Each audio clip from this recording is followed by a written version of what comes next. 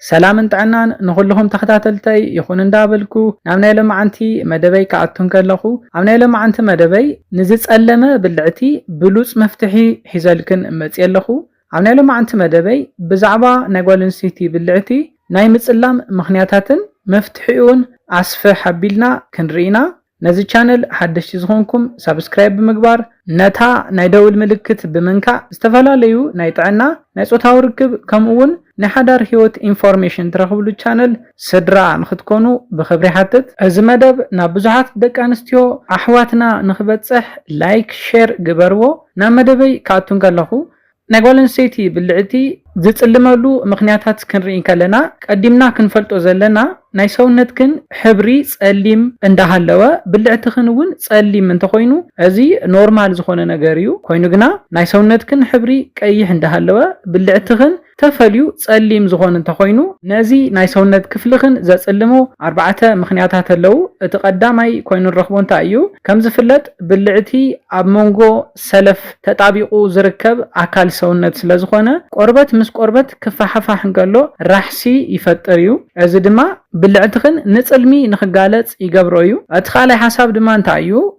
ناي ጨጉሪ አወጋገዳ ሜላኸንዩ አብልዕትኽን ከባቢ ንዝርከቡ ጨጉርታት አለጻጸያኽን አብልዕትኽን ከባቢ ጽልሚ ንኽፈጥር ይገብርዩ ጨጉርኽን ተወግዳሉ መንገዲ ጥዕንኡ ዝተሃለወ እንተዘይ ኮይኑ አብልዕትኽን ከባቢ ናይ ምሕኻኽ ጠባይ ንኸምጽእ ብምግባር ሓደ ኢንፌክሽናት ከስዕበልክን ይኽእልዩ ካብ መጀመርያው ትሒዙ ጨጉርኽን ተወግዳሉ ማቴሪያል ጽሬቱ ዝሃለወ ጥዕንኡ ዝተሃለወ ማቴሪያል ክትጥቀማለክን ናይ ምሕኻኽ ጠባይ አምጽዩ ክትሐኮን ከለኽን عنفرارن صليم بسلان بمقداف صلمي نخفطر يغبريو ስለዝኾነ ናይ ብልዕትኽን ጨጉሪ ተውግዳሉ መንገዲ ጥዕንኡ ዝተሃለወ ክኾን ኣለዎ እትሳልሳይ እንሪኦ ሓሳብ እንታዩ ሓደ ትሰርሕኦ ስሕተታት ኣሎ ንኣብነት ብጣዕሚ ምሰውነትክን ዝተጣበቀ ክዳን ምግባር እዩ በተመሳሳሊ ድማ ናይ ውሽጢ ስራኽን ወይ ከዓ ፓንትኽን ካብ ጡጥ ዝተሰርሐ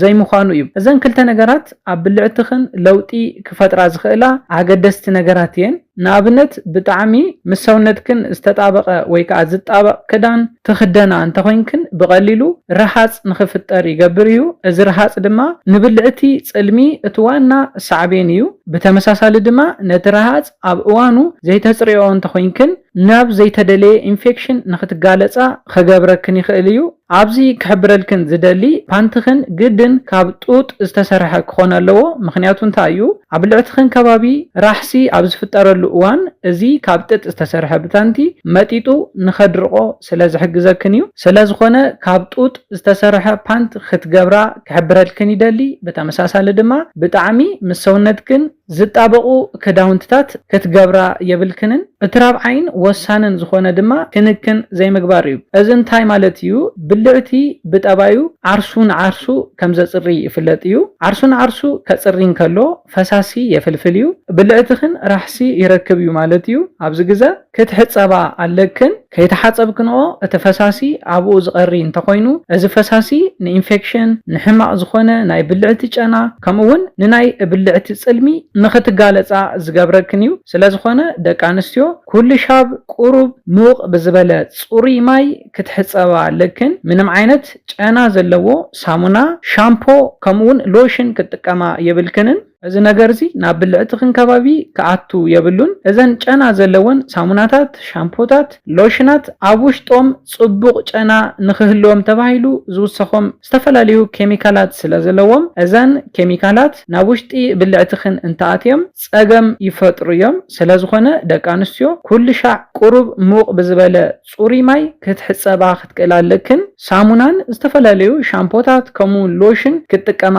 የብልክንን በተመሳሳሊ ድማ ኩሉ ሻዕ ሸንክን ምስ ወዳእኽን ክትሕጸብኦ ኣለክን ተሓጺብክን ምግዳፍ ዘይኮነስ ከተድርቆውን ኣለክን እንተይ ዘይድሪክንኦ ራሕሲ ኣለዎ ማለት እዩ ራሕሲ ድማ ባክቴርያ ኣብቲ ከባቢ ንኽፍጠር ይገብር እዩ እዘን ኣርባዕተ ጽልሚ ዝፈጥሩ ምኽንያታት ምስራዕና ከመይ ጌርክን ነዚ ጽልሚ ክተጥፍኣ ከም ትኽእላ ድማ ኣስዒብና ክንርኢ ከለና ፈለማ ክትፈልጥኦ ዝግበአክን ወሳነ ነገር ኣሎ ናይ ብልዕቲ ምጽላም ምንም ዓይነት ጎናዊ ሳዕቤን ከም ዘይብሉ ክትፈልጥ ኣለክን ኣብ ብልዕትኽን ከባቢ ጽልሚ እንተሃልዩ ሕማም ከም ዘጋጠመን ዝሓስባ ደቂ ኣንስትዮ ኣለዋ ኮይኑ ኮይኑ ግና እዚ ጥዕንኡ ዝተሃለወ ጎናዊ ሳዕቤን ዘይብሉ ከም ዝኾነ ክትፈልጣለክን እዚ ምስ በልና ነዚ ጽልሚ ንምጥፋእ ካብ ዝሕግዘክን ነገራት ተቀዳማይ እንታይ እዩ ፓፓየ እዩ ፓፓየ ንናይ ብልዕቲ ጽልሚ ንምጥፋእ ዝሕግዝ ብሉጽ ዝኾነ ፍሩት እዩ ኣብ ውሽጡ ንናይ ጓል ኣንስተይቲ ብልዕቲ ዘስማዕማዕ pH ስኬል ኣለዎ ባይ ዘ ወይ